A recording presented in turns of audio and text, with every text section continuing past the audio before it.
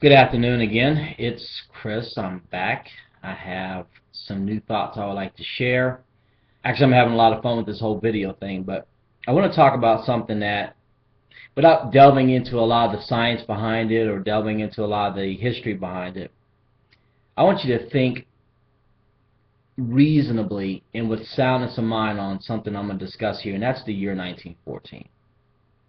I know there's a lot of conversations that have been had about the year 1914. There's been a lot of speculation, and there's a lot of history behind the year 1914 and why Jehovah's Witnesses choose the year 1914. So here's my comments or my thoughts from a purely does this make real good sense kind of perspective. So the way I was taught and the way I was raised and the current thinking is that Jesus Christ came into kingdom power in the year 1914, and that the world took a dramatic turn for the worse in 1914, which, you know, in those years no one is going to deny the beginning of World War I was definitely a traumatic turn in mankind's history.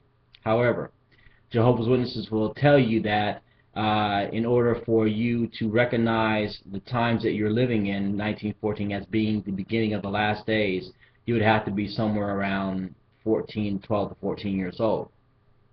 So if you assume that someone born in 1900 is about 14 years old in 1914, and with Jehovah's Witnesses teaching that the end would come and our current days, and some of those people who lived in 1914 and who saw the beginning of the last days would still be alive, it's 2013 right now.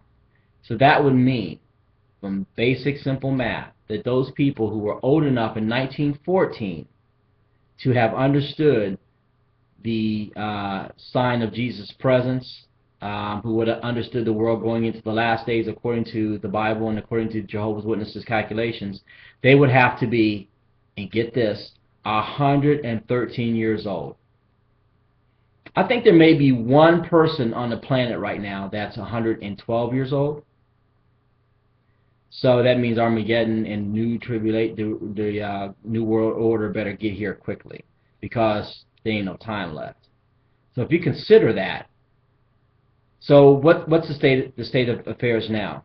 Well, I haven't really heard too many of Jehovah's Witnesses talk about the year 1914 anymore. I'm not even sure what the answer is to that anymore. But things like that really make thinking people like myself really consider what I'm doing. So just a little bit of food for thought. 1914 coming on. Here we are 113 years later, and still nothing has really changed. So consider that. Do a little bit of your own research. Just do a little bit of thinking before you commit your whole life to an organization whose changes have been many over the years, from 1914, 1929, 1975, and current thinking and current ideologies.